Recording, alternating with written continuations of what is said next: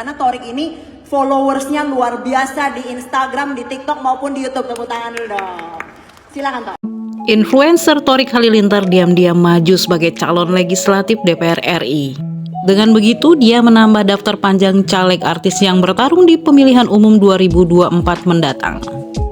Torik Halilintar mengajukan permohonan ke Pengadilan Negeri Jakarta Selatan untuk menetapkan nama aslinya, yakni Muhammad Torik Atamimi, dan Torik Halilintar adalah orang yang sama, bukan dua orang yang berbeda, kata pejabat Humas Pengadilan Negeri Jakarta Selatan. Momen Torik Halilintar mengenakan seragam partai berwarna merah terlihat saat setelah selesai pertandingan futsal ikut mengantarkan Alia untuk hadir dalam konser ibundanya yaitu Reza Artamevia. Namun setelah itu lanjut hadir dalam acara Rakernas PDIP di GIA Expo Kemayoran Sabtu 30 September 2023.